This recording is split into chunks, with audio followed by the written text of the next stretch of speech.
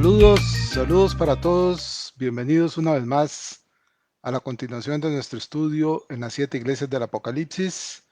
Recuerden que estamos en la quinta iglesia, la de Sardis, y estamos en la segunda parte de la sección 8 que habíamos dejado pendiente la semana pasada para no hacerlo demasiado largo. Habíamos visto las primeras 6 filminas y se nos quedaron 5, que es que las que con ayuda del Señor, con la dirección del Santo Espíritu, con la mejor buena voluntad, con la buena disposición y gozo, vamos a continuar estudiando para aprender de ella las verdades eternas, las cosas importantes que el Señor tiene para cada uno de nosotros, con el fin de que hagamos un empate perfecto entre lo que ya vimos y lo que se quedó pendiente.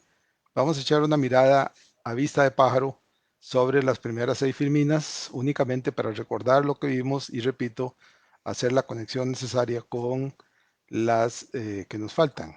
Y teníamos que en la primera era una presentación de la cual el Señor advierte a la iglesia de Sardis que Él está listo y dispuesto para visitarlos como ladrón por las cosas indebidas que ellos estaban haciendo delante de Él. Advertencia que por supuesto sigue siendo totalmente válida para la iglesia del Señor de hoy y de manera muy puntual para cada uno de nosotros, es decir, ustedes y yo. En la filmina 73 habíamos analizado dentro de esta advertencia de la segunda parte del versículo 3 que existía una línea muy estrecha entre el estar en acto de velación, es decir, estar vigilante constantemente, y ser sorprendido, y nos preguntábamos sorprendido por quién.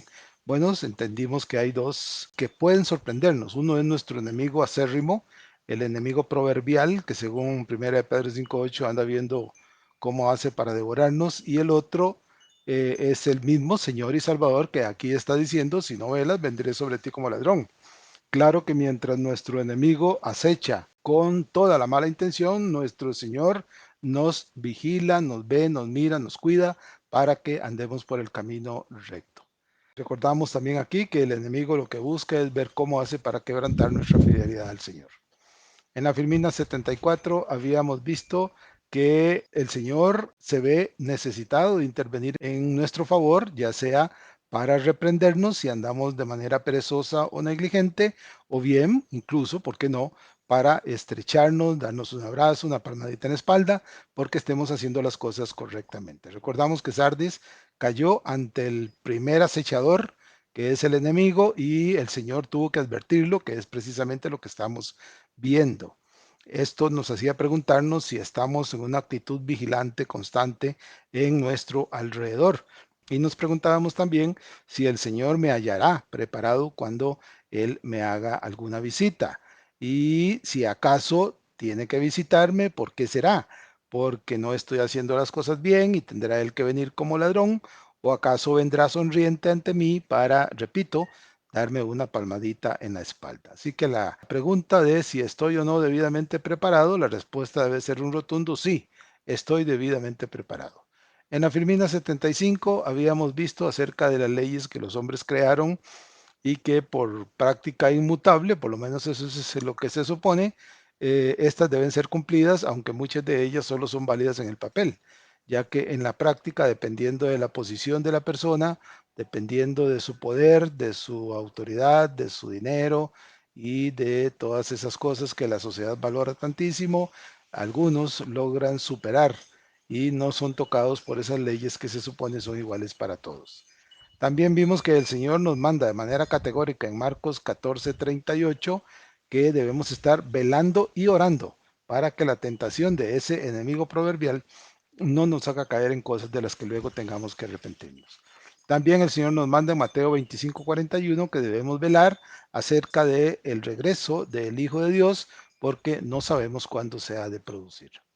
Pasamos ahora a la Filmina 76, en la que en este mandato, velad y orad de Marcos 14, y velad, pues no sabemos el día ni el momento en el que el Hijo del Hombre debe regresar, de Mateo 25, 1, también el Señor, por ese amor que nos tiene y ese cuidado de Señor amoroso, nos advierte qué es lo que pasará si yo no me mantengo en ese estado vigilante, y tales advertencias están dadas Primeramente en 1 Pedro 5:8, que ya mencionamos, el león rugiente que anda viendo cómo devorarnos, ese es el enemigo. Y en el caso de Hebreos 12:6, el amor de Dios con que nos ama también podría eventualmente hacer que venga a nosotros a llamarnos la atención porque no estamos haciendo las cosas bien. También nos preguntábamos por qué dentro de la iglesia del Señor algunos se hacen sordos. Hicimos una pequeña prueba para invitar a todo el que me escucha, por supuesto incluido yo, que levantemos la mano al siervo que está en estado de vigilancia constante día y noche en toda su vida. Y nos decíamos que si alguno pudo levantar la mano, pues es una persona bienaventurada, ya que por ejemplo en Sardis solo unas pocas personas lo hicieron. También hacíamos aclaración de que aquí no hay justificación, pensando que es imposible, que no se puede mantener un estado de vigilancia constante durante todo el día y que por lo tanto eso no es algo que el cristiano pueda hacer. Llegamos así a la Filmina 77, que fue donde terminamos el estudio pasado y a partir del cual en la Filmina siguiente continuamos con el estudio. Y aquí en esta Filmina 76 nuevamente recordamos el pasaje que ya debe estar inserto en nuestro corazón y en nuestra memoria, Jeremías 17:9, acerca del engañoso y perverso corazón que a veces trata de hacernos pensar o decir o hacer cosas que a Dios no le agradan, por lo que debemos estar precisamente vigilando y atentamente para evitarlo. Y también hacíamos la advertencia del cuidado que debía tener porque ese engañoso corazón podría eventualmente estar tratando de engañarnos diciendo, no, no, no, no, tranquilo, no se puede velar a cada momento de la vida, eso es imposible. Y alguien que le conviene que tal cosa sea cierto, podría creerle a ese engañoso corazón. Pero ya vemos por la misma palabra de Dios que esto es completamente falso. Si el Señor dice, velen y oren para que no entren en tentación y háganlo de manera constante, es porque sí se puede. Es completamente falso que no se pueda, porque sí se puede. Y nos decíamos, nos preguntábamos que el Señor mandaría a hacer algo a su siervo si esto fuese imposible de lograr. Sabemos perfectamente que no, que aquello que el Señor le manda a su siervo que haga es porque su siervo lo puede hacer. Todos los siervos lo pueden hacer y tenemos pruebas en las mismas iglesias que estamos estudiando, Esmirna y Sardis, que ahí hubo siervos que lo hicieron, como lo podemos ver en el caso de Esmirna en Apocalipsis 2:10 y en el caso de Sardis en el versículo 4. Y ahora sí, llegamos a la Filmina 78, que fue desde donde arrancamos ya propiamente la continuación de nuestro estudio. Siempre estamos en la segunda parte del versículo 3, capítulo 3, donde el Señor le dice como advertencia a la iglesia de Sardis, si no velas, vendré sobre ti como ladrón y no sabrás a qué hora vendré. Ahora, para tener esto extremadamente clarito, clarito, como un sol a mediodía sin nubes, debemos entender que el acto de velar tiene dos alcances para cada uno de nosotros, es decir, tanto para ustedes como para mí, el velar tiene dos alcances. El primero es el alcance cercano, es decir, aquello que está en mi entorno, aquello que me rodea, todo aquello que de alguna manera puede influenciar mi vida, sobre todo si esa influencia es negativa. Hay cosas que, por supuesto, son buenas y correctas delante de Dios, pero lamentablemente, recuerden, vivimos en medio del campo del enemigo. Por lo tanto, todo lo que nos rodea es parte de lo que le pertenece al enemigo. Por lo tanto, la gran mayoría de las cosas que me rodean influencian mi vida de manera negativa y de manera riesgosa. Es decir, están puestas ahí para ver de qué manera yo caigo en alguna de ellas y rompo mi comunión con el Señor. Ya habíamos visto pasajes, citado pasajes, y uno de ellos es Mateo 26:41 y el conocido de Primera de Pedro 5:8. Entonces, ese alcance cercano es del que yo debo tener, si se quiere, la mayor vigilancia porque es de acción inmediata. Me rodea y me puede afectar de manera inmediata en cualquier momento de mi vida en que yo me descuida, vea para otro lado o no esté atento a mi entorno. El otro alcance es el lejano. Este tiene que ver con los eventos futuros, es decir, con todo aquello que incluye tanto el rapto de la iglesia, la segunda venida del Señor y las promesas eternas que el Señor nos ha dado a ustedes y a mí como garantía absoluta de nuestra fe que hemos depositado en el Señor Jesucristo. Para ello les recomiendo acercarse a Marcos 13, 32 al 33 para que verifiquemos esta verdad de este alcance lejano, que repito, y esto creo que ya es algo que debemos incluso hasta sentir. Y es el hecho de que de acuerdo con el comportamiento, cómo van las cosas, cómo se están sucediendo las cosas en este mundo, uno siente, sabe, presiente, si se quiere, en su corazón el Santo Espíritu le dice que esas cosas que se presumen todavía lejanas ya están a las puertas, tanto lo que es el rapto como la segunda venida, como las promesas del Señor. Todos los eventos de este mundo nos están llevando a ese futuro cercano de las cosas que han de suceder y de las cuales debemos tener también vigilancia constante. Tenemos también entonces que a Sardis se le había mandado que debía velar por aquellas cosas que había recibido y oído. ¿Qué eran en esencia lo que había recibido y oído? El Evangelio de Salvación, el mensaje de las buenas nuevas. Que vean que es exactamente lo que ustedes y yo recibimos. Recuerden, aunque lo pusimos en tres apartados, en esencia lo que hemos recibido es el Evangelio de Salvación y en él está contenido tanto las promesas del Señor como la obligación que tenemos de propagar ese evangelio a otros que no lo conocen. Sardi lo recibió, usted y yo lo recibimos y la pregunta es qué estamos haciendo con ese mensaje de salvación que nos ha sido entregado. Porque como ellos, tanto ustedes como yo, también debemos velar, también debemos estar atentos y vigilantes, guardando con celo, con pasión, con mucho cuidado, esa sana doctrina de la palabra de Dios que nos ha sido entregada.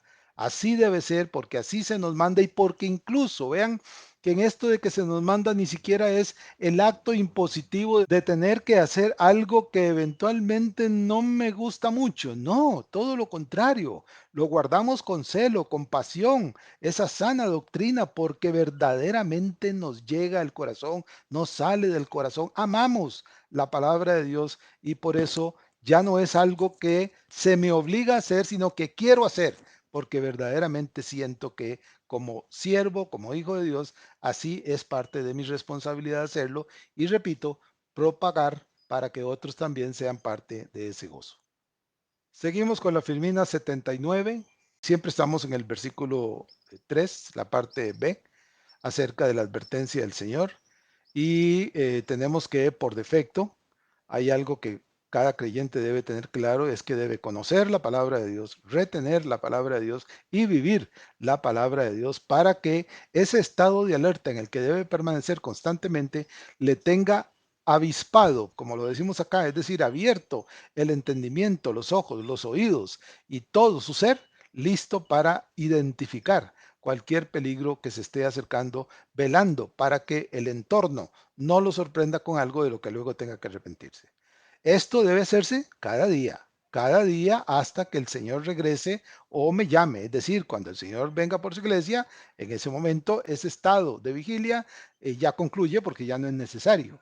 Pero mientras estemos aquí, ese estado debe mantenerse.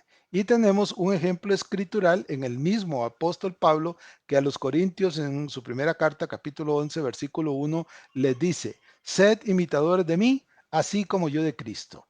Vean qué tremendo, qué increíble la posición de Pablo, qué confianza, qué seguridad tenía en su condición de siervo delante del Señor, que le podía decir a los corintios, mire, hagan lo que yo hago, porque yo hago lo que Cristo me dice y hace. Así que como ven, es precisamente lo que tenemos que hacer nosotros. Ahora, Pablo no era un cristiano superdotado. Claro que tenía la asistencia del Santo Espíritu, pero era un hombre sujeto a pasiones también. Y sin embargo, él entregó su vida al Señor y por eso pudo decirle a los corintios, imítenme a mí como yo imito a Cristo. Y eso es algo que vale igual para nosotros. Imitemos a Pablo porque él imitaba al Señor Jesucristo. Y ojalá que en algún momento seamos también dignos de ser imitados por aquellos que nos rodean porque ven que nosotros imitamos a Pablo e imitamos al Señor Jesucristo. Yo creo que en este punto nadie, pero nadie discrepará en que Pablo ciertamente podía levantar su mano como uno de aquellos que velaba todos los días de su vida. Y podemos, les invito a que vean pasajes como Romanos 1.9, Efesios 1.16, 2 Timoteo 1.3 y Filemón 1.4. Entonces, ¿qué conclusión podemos sacar de aquí? Que si Pablo lo hacía, el siervo de hoy, usted y yo también podemos hacerlo. ¿Qué se requiere? Simple y sencillamente voluntad, deseo, ganas de querer hacerlo, de que el amor hacia el Señor sea tal que lo que me mueve es hacer las cosas que a Él le agradan y las cosas que yo sé que Él aprueba. Si llegamos a ese momento, créame, podemos hacerlo y mantener un estado de vigilia y oración constante delante del Señor. Llegamos a la familia número 80, siempre en el mismo versículo, y estamos viendo algunos aspectos importantes de ejemplos, que en este caso puntualmente en el apóstol Pablo, y entonces también podemos concluir acerca de este siervo del Señor, que Pablo vivía velando, es decir, que estaba constantemente alerta, vigilando su entorno, puesto, colocado en el atalaya de su vida, viendo su entorno para estar atento a todo lo que lo rodeaba. Y tal cosa lo podemos ver cuando afirma, por ejemplo, en Gálatas 2:20, que es también una poderosísima verdad que él está diciendo cuando dice, con Cristo estoy juntamente crucificado y ya no vivo yo, mas vive Cristo en mí. Y lo que ahora vivo en la carne, lo vivo en la fe del Hijo de Dios. Caramba, son palabras que verdaderamente llegan a lo profundo del ser y que causan ese deseo de que en algún momento podamos nosotros también llegar a este punto de decir, con Cristo estoy juntamente crucificado y ya no vivo yo, mas vive Cristo en mí. En otras palabras, yo ya no soy yo, sino que es Cristo en mí haciendo lo que Él quiere que yo haga para la gloria de su nombre. Ojalá que lo logremos. ¿Y cómo lo logramos? Precisamente haciendo esto, profundizando en su palabra, reteniendo su palabra, viviendo su palabra, enseñando su palabra. Y así podríamos llegar a madurar y a crecer lo suficiente para que en algún momento de nuestra vida sintamos que ya no soy yo el que vive, sino es Cristo viviendo en mí, como dije hace un rato, para la gloria de su nombre. Y tenemos entonces que en el caso de Pablo, esta entrega y permanencia fiel en las deberes que él tenía para con el Señor, hacía que Pablo viviera cada día haciendo la voluntad de su Señor, como lo podemos ver a lo largo de todos sus escritos, de todas sus cartas. En cada una de ellas se nota el amor ferviente, la pasión absoluta que Pablo sentía en servir a su Señor. Y es precisamente esa entrega de la que aprendemos del apóstol Pablo, la que la iglesia de Sardis estaba perdiendo. Por eso el Señor le dice y le da esta advertencia de que como han dejado cosas de la verdad, unas las habían olvidado y otras estaban para morir, el Señor les dice que los va a visitar como ladrón y ciertamente la comparación indica que va en señal de pelea, en señal de enojo, en señal de juicio. Y entonces tenemos que Sardis estaba perdiendo ese acto de velar su entorno, de orar constantemente, estaba desapareciendo y por lo tanto esa verdad y obediencia que le debían al Señor se estaba diluyendo en el entorno mundano y estaban cayendo en una situación en la que el Señor dice, voy a ir a ustedes y los voy a reprender. Ningún argumento, y recordemos que ningún argumento, por si acaso alguien desde nuestra perspectiva pretende encontrar justificaciones para no hacer las cosas correctamente con un argumento engañoso, eso no justifica mi obligación de no velar. ¿Por qué? Simplemente ya lo vimos con Jeremías 17:9. El corazón tratará de darnos argumentos que digan, no, no, no, estás bien, seguí así, no hay problema. Y eso es completamente falso. Así que si el mandato de velar es terminante y puntual, el no hacerlo es simplemente faltar a la obligación que el Señor nos está dando y en la cual no estamos cumpliendo. Llegamos ahora a la filmina número 81. Estamos con siempre con el mismo pasaje, pues si no, no sabrás a qué hora vendré sobre ti. La advertencia del Señor no solo muestra su conocimiento omnisciente del hacer de sus siervos, es decir, sabe todo lo que usted y yo hacemos, sino que también nos está alertando para que en vista de que no conocemos los eventos futuros que ya están prefijados por parte de la voluntad soberana de Dios, pues mantengamos ese estado de vigilancia. Y repito, como lo dije hace un rato, el estado de vigilancia no es solo a nuestro entorno inmediato, lo que nos rodea, sino al entorno futuro de las cosas que han de venir. Entonces tenemos como verdad que el Hijo de Dios tiene un corazón engañoso. Vean cuántas veces he insistido sobre esto porque la necesidad impone y obliga a que los tengamos presente porque es, si se quiere, una de las cosas que con mayor facilidad podríamos llegar a olvidar, o no olvidar, sino a dejarlo, a no recordarlo, a no tenerlo presente, a no estar cuidadoso con ese corazón engañoso del cual nos advierte Jeremías. Y también tenemos un pasaje similar en Proverbios 28:26 que dice, el que confía en su propio corazón es necio, mas el que camina en sabiduría será librado. Entonces, si alguien prefiere oír su corazón antes que estar en estado de vigilancia y dejarse engañar, pues es un necio. Y eso es algo que verdaderamente no es propio de un creyente. Y también nos dice Proverbios 4:23, una advertencia clarísima que todos conocemos, dice la palabra de Dios, sobre toda cosa guardada, es decir, sobre todo aquello que consideras valioso en tu vida y que estés guardando con celo, sobre todo eso, guarda tu corazón, porque de él mana la vida.